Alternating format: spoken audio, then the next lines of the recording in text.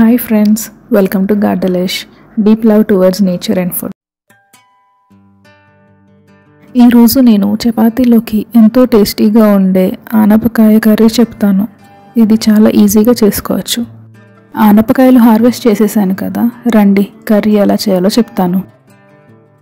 ముందుగా 100 ml నూనె వేసుకుని 2 లవంగి ముగ్గలు, చిన్న దాల్చిన చెక్క, 4 పచ్చిమిర్చి, 3 ఉల్లిపాయలు చిన్నగా తరుముకొని వేసుకోవాలి.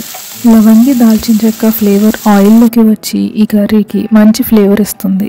ఈ కర్రీలో వేరే మసాలా ఏమీ వాడము.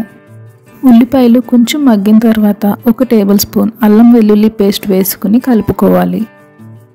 అల్లం వెల్లుల్లి పేస్ట్ వేగాక కొంచెం మీడియం సైజులో కట్ చేసుకున్న ఆనపకాయ ముక్కలు వేసుకోవాలి. ఆనపకాయ ముక్కలు మరీ చిన్నగా కట్ చేసుకోకూడదు, కొంచెం మీడియం సైజులో ఉండాలి. ఆనపకాయ ఆర్గానిక్ అండ్ లేతగా ఉంటే పై స్కిన్ తీయకుండా ముక్కలు కట్ చేసుకోవచ్చు. ఆనపకాయ కొంచెం మగ్గిన తర్వాత 1 టమాటో చిన్న ముక్కలుగా కట్ చేసుకుని వేసుకోవాలి.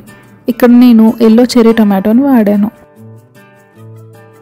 ఇప్పుడు తగినంత ఉప్పు, కారం, పసుపు వేసి కలుపుకొని 3 నిమిషాలు మూత పెట్టి మగ్గించుకోవాలి. మీరు కానీ మా ఛానల్కి ఇంకా సబ్స్క్రైబ్ చేసి ఉండకపోతే ఇప్పుడే సబ్స్క్రైబ్ చేసుకోండి అండ్ ఈ వీడియోని లైక్ చేసి షేర్ చేయండి.